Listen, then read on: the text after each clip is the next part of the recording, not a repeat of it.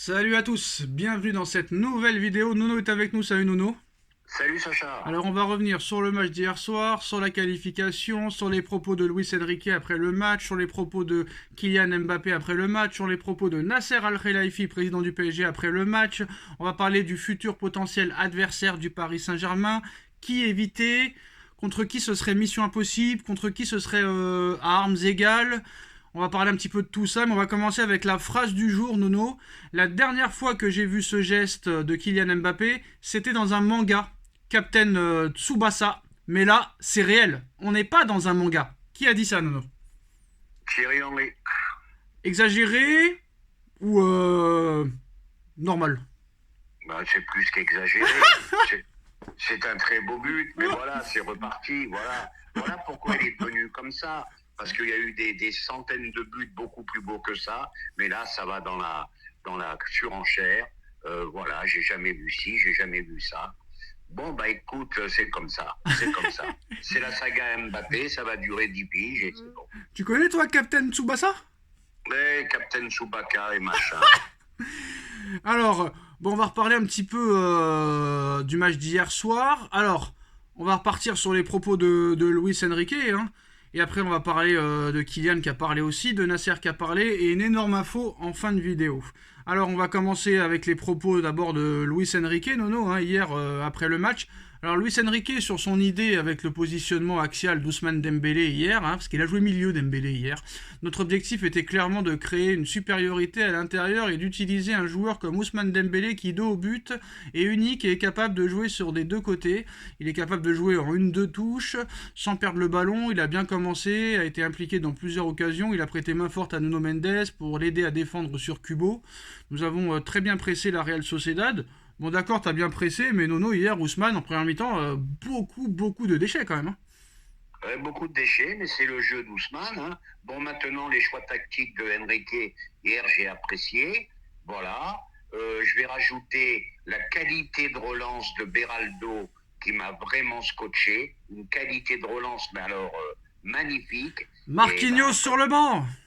J'ai bien peur que Marquis, bon vieux soldat, malheureusement marqué par beaucoup de traumatismes, j'ai bien peur que Marquis cire le banc. Et il faut absolument rester sur cette charnière centrale, Hernandez-Beraldo. Impressionné par Beraldo et sa qualité de relance. Mais comme dirait Habib Bey, Nono, ce n'est que la Real Sociedad.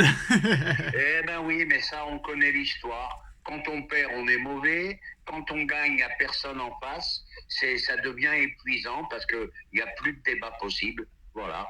Faut se poser la question, si la Real Sociedad a été si mauvais que ça hier, c'est peut-être un petit peu de la faute du PSG. Et quand on bat une grosse équipe, ce n'est plus la même équipe qu'avant. Je me rappelle quand tu as battu le Real au parc, c'était pas le vrai Real, c'était pas le Real. Quand t'as battu le Barça, c'était pas le vrai Barça. Quand t'as battu le Bayern, c'était pas le vrai Bayern. Voilà, c'est ingérable au niveau des débats, quoi. C'est ingérable. Alors, Luis Enrique interrogé sur ses soucis avec Mbappé. Vous savez déjà que ce qui fait vendre, c'est de répandre la merde et de causer des problèmes et des soucis. Qui s'intéresse à la vérité? Je n'ai de problème avec aucun joueur. Juste que certaines décisions peuvent être plus ou moins appréciées. Pour moi, c'est le meilleur joueur du monde dans les derniers mètres. Il est inarrêtable. D'accord ou pas d'accord? Tout à fait d'accord, et c'est ce que je dis depuis longtemps. Voilà. Dans les derniers 30 mètres, c'est le meilleur joueur au monde. Tout à fait. On le sait, c'est pas un créatif, c'est un grand buteur. On le sait. Bravo Luis Enrique. Et ça, je pense que ça a été un bon scud pour le journal L'Équipe. Mais comme il a dit, ils ont besoin de vendre. Voilà. Enrique toujours sur Mbappé. Apparemment, son futur immédiat ne sera pas là. Donc, on va devoir tester d'autres stratégies. Kylian, je ne le découvre pas aujourd'hui. Vous savez mon avis, c'est le numéro 1 au monde. Il va marquer 50 buts et 25 passes décisives avec n'importe quel coach ou avec n'importe quelle équipe. D'accord ou pas d'accord? Il a tout dit. Voilà, il fera une grosse moyenne en Espagne, aussi bien en but qu'en passe décisive. Voilà, c'est pas Enrique qui va lui apprendre à jouer au ballon. Voilà, c'est du grand Luis Enrique, comme j'aime là. Alors Nono, sur l'avenir de Luis Enrique, on vient d'apprendre quelque chose, hein.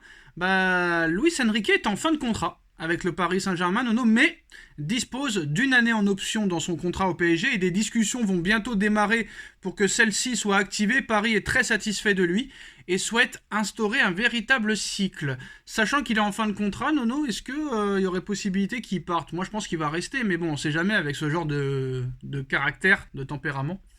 Bah là, tu me surprends. Moi, je pensais qu'il avait signé 2 ans. Moi aussi. Bon, bah écoute. Donc voilà. Bon, bah après le Barça, bah je sais pas si ça l'intéresse. Non, ça, apparemment, ça l'intéresse pas, apparemment. Hein.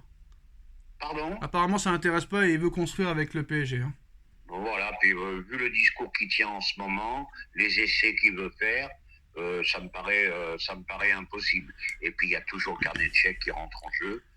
Il n'obtiendra jamais au Barça ce qu'il a à Paris. Hein. Alors Nono, sur l'avenir du PSG en Ligue des Champions. Nous avons de l'ambition, beaucoup d'ambition, plus que les 7 équipes encore en lice. C'est-à-dire qu'il ose dire qu'ils ont plus d'ambition que les 7 équipes qui seront qualifiées. Mais nous n'avons aucune pression. Demandez à nos potentiels adversaires s'ils veulent jouer contre nous. Il ne reste aucune mauvaise équipe, au contraire. On verra où on peut aller. Mais nous sommes en nette progression. Nous aurons la même ambition lors des quarts de finale. Alors maintenant, Nono, sur les potentiels adversaires. Bon, il y a du Bayern, il y aura sûrement du City, il y aura sûrement du Real Madrid, à moins que vraiment il se passe des choses incroyables ce soir ou la semaine prochaine. Il y aura sûrement de l'Inter de Milan. Mais après, il y aura soit Naples ou Barça, ou Eindhoven, Dortmund. Alors tout le monde va dire que ce serait mieux d'avoir Eindhoven, Dortmund ou Naples, Barça, ça c'est sûr et certain. Bon, moi je pense que les équipes à éviter, c'est City et Real. Mais les équipes prenables, quand même, Bayern, c'est chaud. Mais moi, je veux dire de la surprise, Nono, je l'ai déjà dit, mais je le redis. Pour moi, le plus dangereux de ces 7 adversaires potentiels, c'est l'Inter de Milan. Ce sera mon avis. Je sais que tout le monde va dire Manchester City parce qu'ils sont injouables, que tout le monde va dire le Real Madrid parce qu'ils ont une chance pas possible. Mais moi, quand même, je pense que l'Inter est le grand favori de cette Ligue des Champions. J'avais dit le Real. Mais je pense que l'Inter sera un très gros candidat à la victoire finale, sachant qu'ils ont fait finale l'année dernière contre City et qu'ils ont eu beaucoup de mal City contre l'Inter. Eh ben, t'as tout dit, Sacha, j'ai pas grand chose à rajouter. Hein. Bon, moi, l'équipe qui me fait la plus peur, tu sais laquelle que c'est. Moi, c'est City, parce que c'est au niveau du pressing pendant 90 minutes, c'est infernal. Le Real, ça reste le Real, avec les problèmes que l'on connaît. Et après, l'Inter de Milan, très gros bloc, très difficile à jouer, très difficile à bouger. Voilà, pour éviter ces 3-là. Alors, pour regarder un petit peu la presse espagnole après la prestation XXL de Mbappé, la presse espagnole s'enflamme pour Mbappé. Il y a As qui nous dit « Madrid est fou de Mbappé et se lèche les lèvres ».